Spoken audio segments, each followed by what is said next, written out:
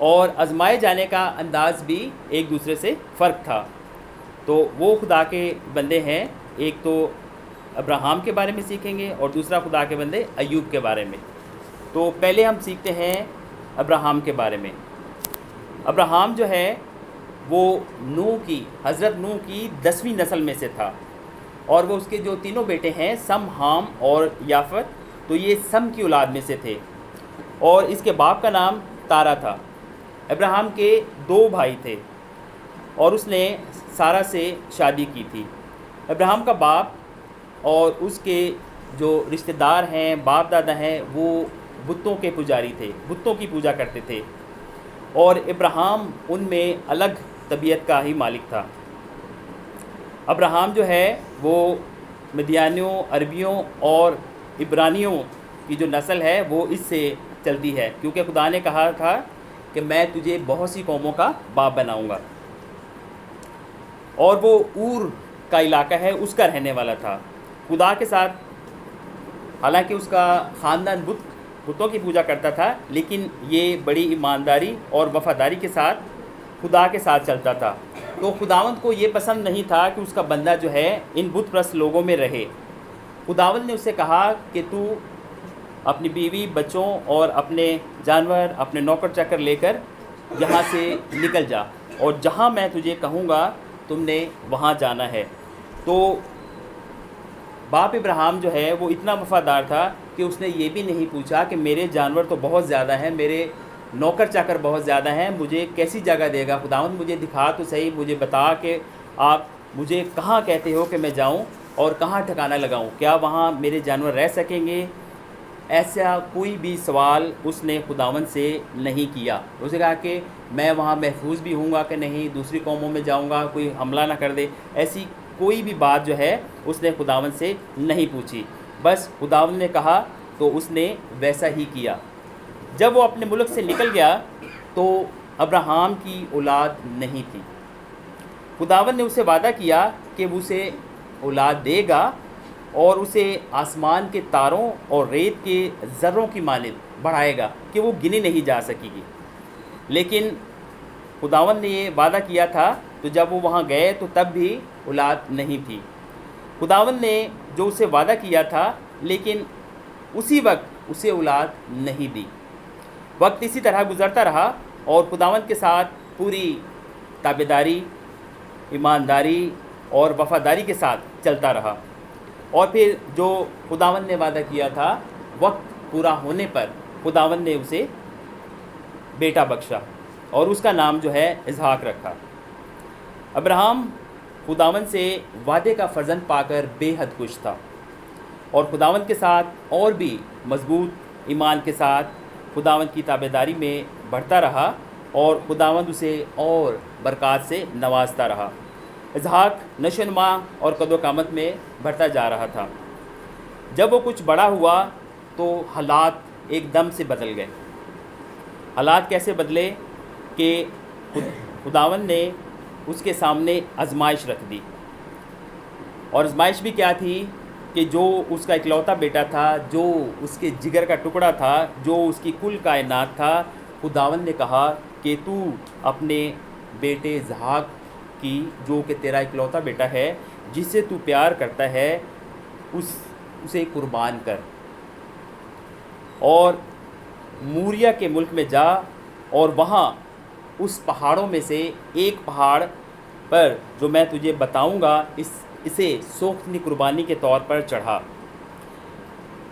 تو یہ سن کر ابراہیم نے خدا سے تو کچھ نہیں کہا، لیکن آپ اور میں یہ اندازہ لگا سکتے ہیں کہ ایک باپ کی جو اکلوتی اولاد ہے صرف وہی اولاد ہے، اور عمر بھی اس حصے میں ہے، ابراہیم جو ہے عمر کے اس حصے میں ہے کہ جہاں میڈیکلی بھی دوبارہ اولاد ہونا ناممکن ہے، لیکن ہمارا خدا معجزات کا خدا ہے، ناممکنات کا خدا ہے، وہ سب کچھ کر سکتا ہے۔ تو جب خداوند نے اسے قربانی چڑھانے کے لیے کہا تو اس نے کوئی بات نہیں کی، خداوند مجھے دے کر پھر مجھ سے لے رہا ہے، میں کیا کروں گا اس کے بغیر، ایسی کوئی بات نہیں کی۔ کہا خداوند ٹھیک ہے۔ تب ابراہیم نے صبح سویرے اٹھ کر اپنے ساتھ 2 جوانوں کو لیا، اپنے بیٹے اسحاق کو لیا، اور اٹھ کر اس جگہ کو اور ساتھ میں لکڑیاں بھی چیر کے رکھ لیں کہ اس جگہ جہاں خدا نے انہیں بتائی تھی پہنچیں۔ 3 دن کا سفر کر کے وہ اس جگہ پہنچے جو خدا نے انہیں بتائی تھی۔ تب اس نے جوانوں سے کہا، تم یہیں گدھے کے پاس ٹھہرو، میں اور یہ لڑکا پہاڑ پر اپنے خداوند کو سجدہ کر کے پھر تمہارے پاس آتے ہیں۔ اور ساتھ ہی ساتھ سوختنی قربانی کے لیے لکڑیاں اسحاق پر رکھیں اور آگ اور چھری اپنے ہاتھ میں لی، اور وہ دونوں اکٹھے روانہ ہوئے۔ چلتے جا رہے ہیں تو چلتے چلتے بیٹا باپ سے پوچھتا ہے کہ اے باپ، آگ اور لکڑیاں تو ہمارے پاس ہیں، پر سوختنی قربانی کے لیے برہ کہاں ہے؟ یہ سن کر باپ کا دل جو ہے کیا حالت ہوئی ہوگی اس کے، کہ میں کیا بتاؤں اپنے بیٹے کو۔ یہ سن کر باپ کا جو حال ہوا وہ آپ سمجھ سکتے ہیں، لیکن باپ اپنی نہیں بلکہ خدا کی رضا پوری کرنے میں خوش تھا۔ اس پر کسی بات کا اثر نہیں ہو رہا تھا، وہ جذباتی نہیں ہو رہا تھا، بس اس کے سامنے یہ تھا کہ میرے آسمانی باپ نے مجھ سے یہ کہا ہے تو وہ مجھے کرنا ضرور ہے۔ باپ نے اپنے دل کو سخت کر لیا تھا کہ وہ ڈگمگا نہ جائے۔ باپ نے جواب دیا بیٹے کو کہ خدا آپ ہی اپنے واسطے برہ سوختنی قربانی کے لیے برہ مہیا کرے گا۔ سو وہ دونوں آگے چلتے گئے اور اس جگہ پہنچے جو قربانی کے لیے خدا نے بتائی تھی۔ ابراہیم نے وہاں قربانگاہ بنائی، اس پر لکڑیاں چنیں اور اپنے بیٹے اسحاق کو باندھا اور اسے قربانگاہ پر لکڑیوں کے اوپر رکھا۔ اور ابراہیم نے ہاتھ بڑھا کر چھری لی، اپنے بیٹے کو قربان کرنے، اسے ذبح کرنے کے لیے چھری ہاتھ میں تھی کہ اسے ذبح کرے۔ اتنے میں خدا کے فرشتے نے آسمان سے پکارا، اے ابراہیم کہ تو اپنا ہاتھ لڑکے پر نہ چلا اور نہ اسے کچھ کر، کیونکہ میں اب جان گیا کہ تو خدا سے ڈرتا ہے، اس لیے کہ تو نے اپنے بیٹے کو بھی جو تیرا اکلوتا ہے مجھ سے دریغ نہیں کیا۔ اور ابراہیم نے نگاہ کی اور ایک جھاڑی میں مینڈے کے سینگ اٹکے ہوئے تھے، تب ابراہیم نے اسے پکڑا اور اپنے بیٹے کے بدلے سوختنی قربانی کے طور پر اسے چڑھایا۔ اور ابراہیم نے اس جگہ کا نام یہوہ یری رکھا کہ خداوند کے پہاڑ پر مہیا کیا جائے گا۔ اس کا انعام خدا نے اسے کیا دیا؟ خداوند نے فرمایا کہ میں نے بھی اپنی ذات کی قسم کھائی ہے کہ میں تجھے برکت پر برکت دوں گا اور تیری نسل کو بڑھاتے بڑھاتے آسمان کے تاروں اور سمندر کے کنارے کی ریت کی مانند کر دوں گا، اور تیری اولاد اپنے دشمنوں کے پھاٹک کی مالک ہوگی، اور تیری نسل کے وسیلے سے زمین کی باقی قومیں برکت پائیں گی، کیونکہ تو نے میری بات مانی۔ کہا جاتا ہے کہ دنیا میں سب سے زیادہ اولاد ابراہیم کی ہے۔ خداوند اپنے وعدوں کا سچا خداوند ہے۔ اس کا فرمان ہے کہ آسمان اور زمین ٹل جائیں گے لیکن میری باتیں ہرگز نہ ٹلیں گی۔ تو خداوند نے اپنے بندے کا امتحان لے کر آزمائش کر کے اسے اور سرفراز کیا، اسے اور برکت دی، اور دنیا میں اس کا نام جو ہے وہ لینے والے بے شمار لوگ ہیں۔ تو ہمیں اس سے یہ سبق ملا کہ خداوند جو ہے ہمارے ساتھ رہتا ہے، ہماری بندگی کو جانتا ہے، ہماری عبادت کو جانتا ہے کہ ہم کتنی وفاداری کے ساتھ اس کے ساتھ چلتے ہیں، لیکن کبھی کبھی وفاداری کے ساتھ چلتے چلتے بھی خداوند ہمیں آزماتا ہے۔ کچھ پریشانی، کچھ دکھ ہماری زندگی میں آتے ہیں جو کہ ہمیں خداوند کے اور قریب لے آتے ہیں تاکہ ہم اور خداوند کے ساتھ وقت گزاریں۔ تو ایوب نبی کی کہانی بھی اسی طرح کی ہے کہ خداوند نے اسے سب کچھ دے رکھا تھا۔ ایوب نبی بھی خدا کی شکر گزاری، تابعداری، فرمانبرداری اور اس کی مرضی کے مطابق زندگی بسر کرنے والا خدا کا بندہ تھا۔ وہ اوز کی سرزمین کا رہنے والا تھا اور وہ خدا کے ڈر اور خوف میں رہ کر بدی سے کوسوں دور رہتا تھا۔ خداوند نے اسے ہر طرح کی دنیاوی برکات سے مالا مال کیا ہوا تھا۔ اولاد میں بھی 7 بیٹے اور 3 بیٹیوں سے نوازا تھا، اور جانوروں میں 7,000 اونٹ، 500 جوڑی بیل، 500 گدیاں اور بہت سارے نوکر چاکر بھی تھے۔ کہا جاتا ہے کہ اہل مشرق میں وہ سب سے بڑا، سب سے امیر آدمی تھا۔ ایوب کے بچوں کو رہنے سہنے کا ایک طریقہ کار، ایک ڈسپلن بنایا ہوا تھا۔ وہ ایک سسٹم کے تحت اپنی زندگی گزار رہے تھے۔ سارے بچے باری باری اپنے گھر پر دوسرے بہن بھائیوں کی دعوت کرتے تھے۔ ایک جو ہے وہ دعوت کرتا اور سب کو بلاتا تھا، اپنی بہنوں کو بھی، بھائیوں کو بھی، اور وہاں وہ مل کر کھانا کھاتے، اپنی باتیں شیئر کرتے، خداوند کا شکر ادا کرتے اور خوش ہوتے تھے۔ یہی ان کی عادت چلتی رہتی تھی، جس میں وہ خوب کھاتے پیتے اور خوش ہوتے تھے، اور ان کی زندگی کا پہیہ اسی طرح گردش کر رہا تھا۔ اور جب سب بچے ایک دوسرے کی دعوت کر لیتے تھے تو ایوب ان سب کو بلوا کر انہیں پاک کرتا تھا، اور صبح اٹھ کر ان سب کی سوختنی قربانیاں چڑھاتا تھا۔ کیوں؟ اس لیے کہ وہ سوچتا تھا کہ شاید میرے بچوں سے بھول چوک میں کوئی خطا ہو گئی ہو، اور اپنے دل میں کوئی ایسی بات نہ کر بیٹھے ہوں کہ جس سے خدا کی تکفیر ہوئی ہو، اور ان سے ہنسی مذاق میں ہی کوئی نہ کوئی غلطی نہ ہو گئی ہو۔ ایوب ہمیشہ ایسا ہی کیا کرتا تھا، اور خداوند کی دی ہوئی ہر نعمت کے لیے خدا کا شکر ہی کیا کرتا تھا کہ خداوند نے اسے وہ ہر نعمت دی جو اس کے وہم و گمان میں بھی نہیں تھی۔ ماہوں سال اسی طرح خوشحالی اور خداوند کی شکر گزاری میں بسر ہو رہے تھے کہ یکا یک زندگی نے کروٹ لی اور سب کچھ بدل کے رکھ دیا۔ سب کچھ ایک خواب لگنے لگا۔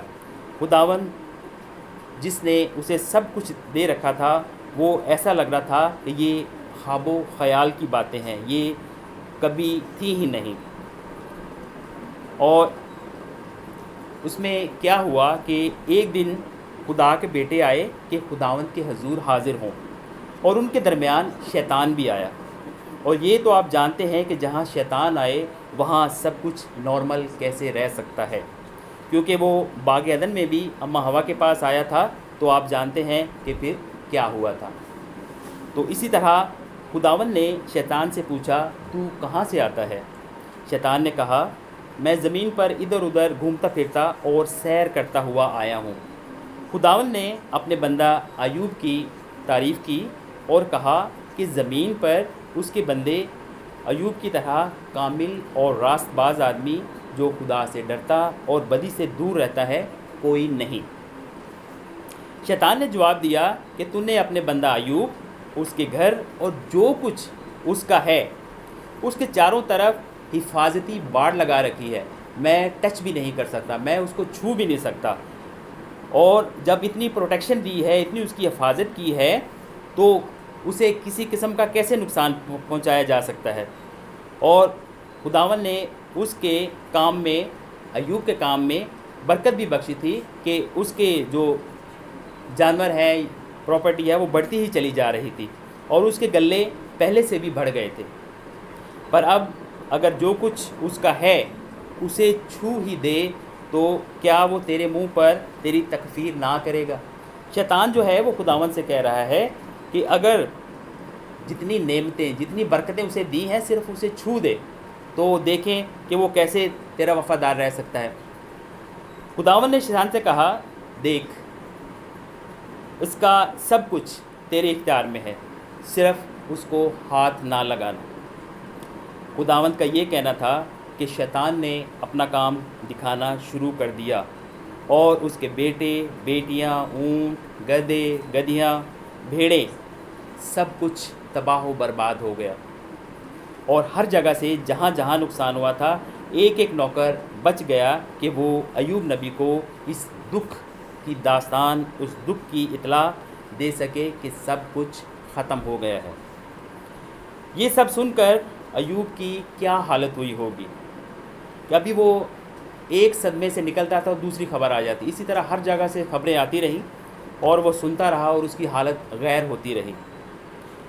ایوب کو تو یقین ہی نہیں آیا ہوگا کہ ایسا کچھ بھی ہو سکتا ہے، کیونکہ وہ اپنے دل میں خیال کر رہا ہوگا کہ مجھ سے کوئی ایسی خطا تو سرزد نہیں ہوئی، یا میں نے اپنی سمجھ سے کوئی ایسی غلطی، کوئی ایسا گناہ تو نہیں کر لیا۔ لیکن پھر بھی اس پر قیامت ٹوٹ پڑی۔ اس کا سب کچھ ہی چھن گیا تھا، سب کچھ ختم ہو گیا تھا، اور اس کو اس کڑوے سچ کو ماننا پڑا اور اپنے آپ کو یقین دلانا پڑا کہ یہ سب کچھ ہو چکا ہے، تباہی اس کا مقدر بن چکی ہے۔ جب ایوب کو یقین ہو گیا کہ یہ سب کچھ ہو چکا ہے، تو ایوب نبی نے اٹھ کر اپنے کپڑے پھاڑے، اپنا سر منڈوایا اور زمین پر گر کر خداوند کو سجدہ کیا۔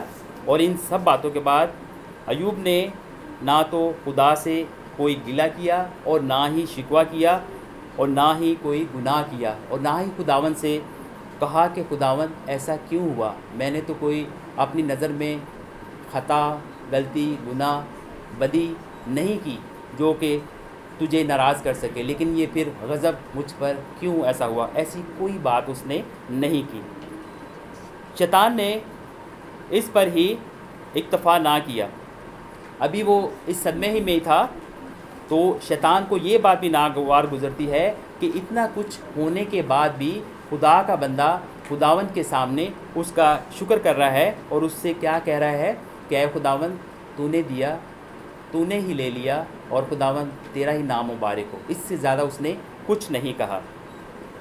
لیکن شیطان کو یہ بات کھٹکتی تھی کہ اتنا نقصان ہونے کے بعد یہ خداوند کے بارے میں ایک لفظ بھی نہیں بولا۔ تو جب اس نے خداوند کے نام کو ہی مبارک کہا، اسی کو سجدہ کیا، تو شیطان کو سکون نہ ملا۔ خداوند نے ایک بار پھر شیطان سے کہا کہ کیا تو نے میرے بندہ ایوب کے حال پر غور کیا ہے؟ اتنا کچھ ہونے کے بعد بھی وہ مجھ ہی کو سجدہ کرتا ہے اور مجھے ہی مبارک کہتا ہے۔ وہ خداوند کہتا ہے کہ تو نے ہی مجھے ابھارا کہ بے سبب اسے ہلاک کروں، تو بھی وہ اپنی راستی پر قائم ہے۔ خداوند نے جو تعریف کی تھی کہ میرا بندہ ہے وہ راست باز ہے، تو وہ ویسا ہی نکلا۔ شیطان خداوند سے کہتا ہے اگر تو اس کی ہڈی اور اس کے گوشت کو چھو دے تو تیرے منہ پر تیری تکفیر کرے گا، تیرا شکر نہیں کرے گا، تیرا نافرمان ہو جائے گا۔ خداوند نے شیطان سے کہا دیکھ وہ تیرے اختیار میں ہے، تو جیسا چاہتا ہے اسے آزما لے، وہ تیرے اختیار میں ہے، فقط اس کی جان محفوظ رہے۔ تب شیطان نے ایوب کو اور اذیت اور دکھ دینے کے لیے اسے پاؤں سے لے کر سر تک دردناک پھوڑوں سے دکھ دیا، اور اسے ان پھوڑوں پر خارش ہوتی ہے، اور وہ ایک ٹھیکرا لے کر راکھ پر بیٹھ جاتا ہے اور اسی سے وہ کھجانے لگتا ہے۔ پورے جسم پر اس کے پھوڑے ہو گئے تھے۔ اس کی بیوی اس کی یہ حالت دیکھ کر اس کے ایمان کو کمزور کرنے کی کوشش کرتی ہے کہ تمہارا خدا تمہاری تابعداری، تمہاری فرمانبرداری اور راست بازی اور محبت کا یہ انعام دے رہا ہے، تمہارا سب کچھ ختم کر دیا ہے، تمہارے لیے کچھ بھی نہیں چھوڑا، تمہاری بندگی کا یہ صلہ ہے، کیا یہ سب کچھ ہونے کے بعد بھی تو اپنی راستے پر قائم رہے گا؟ خدا کی تکفیر کر اور مر جا۔ ایوب نے بڑی تسلی سے اس کی بات سنی اور کہا تو نادان عورتوں سی باتیں کرتی ہے، کیا ہم خدا کے ہاتھ سے سکھ پائیں اور دکھ نہ پائیں؟ ان سب باتوں میں ایوب نے اپنے لبوں سے کوئی خطا نہیں کی۔ پھر ایوب کے دوست آتے ہیں اور اسے تسلی کی باتیں کرتے ہیں اور گلے شکوے بھی کرتے ہیں، لیکن ایوب ان کے ساتھ بھی بڑے تحمل اور آرام کے ساتھ انہی کے سوالوں اور باتوں کا جواب دیتا ہے، لیکن خدا کی تکفیر نہیں کرتا، خدا کو مورد الزام نہیں ٹھہراتا۔ اور آزمائش کا وقت پورا ہونے پر شیطان شرمندہ ہوتا ہے، اور خداوند اپنے بندہ ایوب کو جو کچھ کا چھن گیا تھا، خداوند نے ہر چیز اس کو دگنا عطا کی، صرف اور صرف اس کی تابعداری، وفاداری، راست بازی اور ایمانداری کے ساتھ چلنے پر۔ مکاشفہ میں ہم پڑھتے ہیں کہ خداوند ہم سے وعدہ کرتا ہے کہ جان دینے تک وفادار رہے تو میں تجھے زندگی کا تاج دوں گا۔ تو آج ہم جو سیکھتے ہیں وہ یہ ہے کہ بعض دفعہ ہم سیدھی راہ پر بھی چل رہے ہوتے ہیں اپنی نظر میں کوئی غلطی کوئی خطا نہیں کرتے، لیکن پھر بھی ہم پر آزمائش آتی ہے۔ بعض دفعہ ہمیں شیطان جو ہے وہ کسی نہ کسی چکر میں، کسی ناکردہ گناہ میں یا جھوٹے مقدمات میں ایسے پھنسا دیتا ہے کہ ہم نے وہ کیا بھی نہیں ہوتا، لیکن پھر بھی جب ہم خداوند کے ساتھ چلتے ہیں تو وہ ہمارے لیے ایسے راستے مہیا کرتا ہے، آسانیاں پیدا کرتا ہے کہ ہم ان میں سے بالکل صاف جو ہے بچ جاتے ہیں اور نکل آتے ہیں۔ یہ کس سبب سے؟ کہ ہم پورے دل سے اس کے آئین پر چلتے ہیں اور وفاداری سے، ایمانداری سے اور تابعداری کے ساتھ اور ایمانداری کے ساتھ خداوند کے ساتھ چلتے ہیں، تو پھر وہ اپنے بندوں کو تنہا نہیں چھوڑتا۔ تو ہم میں سے بھی جو بہن بھائی ایسے ہیں کہ جو کسی مشکل میں، آزمائش میں ہیں، لیکن خداوند کے سامنے اس آزمائش، اس تکلیف، اس دکھ کے لیے بھی اس کا شکر کریں کہ خداوند شکر ہے اس تکلیف کے لیے، شکر ہے اس آزمائش کے لیے، اور تو ہی ہمیں اس سے رہائی دینے والا ہے۔ اور پھر وہ ہمیں ہمت، قوت، حوصلہ عطا کرتا ہے کہ ہم اس صدمے کو، اس دکھ کو، اس تکلیف کو برداشت کرنے کا حوصلہ پیدا کریں۔ خداوند آج کے اس کلام کے وسیلہ سے ہم سب کو بڑی برکت بخشے۔